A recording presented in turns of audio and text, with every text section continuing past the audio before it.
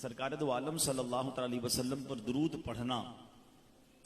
کب کب کہاں کہاں اور کیسے کیسے کام آتا ہے، اور اس کی گونج اور اس کی مہک کہاں کہاں تک پہنچتی ہے کہ صحابہ کرام علیہ رضوان فرماتے ہیں کہ جب کوئی بندہ درود پاک پڑھتا ہے تو فرشتے آسمان پر اس کی خوشبو کو محسوس کرتے ہیں.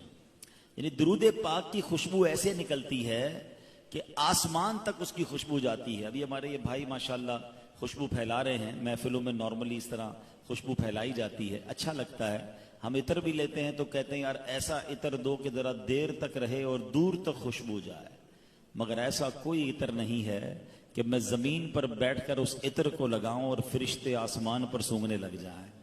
درود پاک وہ ہے کہ جس کی خوشبو فرشتے آسمان پر محسوس کرتے ہیں، اور صحابہ کرام کہتے ہیں پھر فرشتے سمجھ جاتے ہیں کہ فلاں مقام پر نبی پاک علیہ الصلوۃ والسلام کا کوئی امتی ہے جو ان پر درود پاک پڑھ رہا ہے. اب ذرا غور کیجئے کہ سرکار دو عالم علیہ الصلوۃ والسلام کے ذکر کی برکت ایسی ہے، اب جو درود پڑھے اس کی خوشبو آسمانوں تک پہنچ جائے تو جو درود پڑھنے کا عادی ہو اس کی دنیا اور آخرت کیوں نہ مہک جائے گی. تو اگر آپ چاہتے ہیں کہ قبر بھی مہکی رہے، زندگی بھی مہکی رہے، تو درود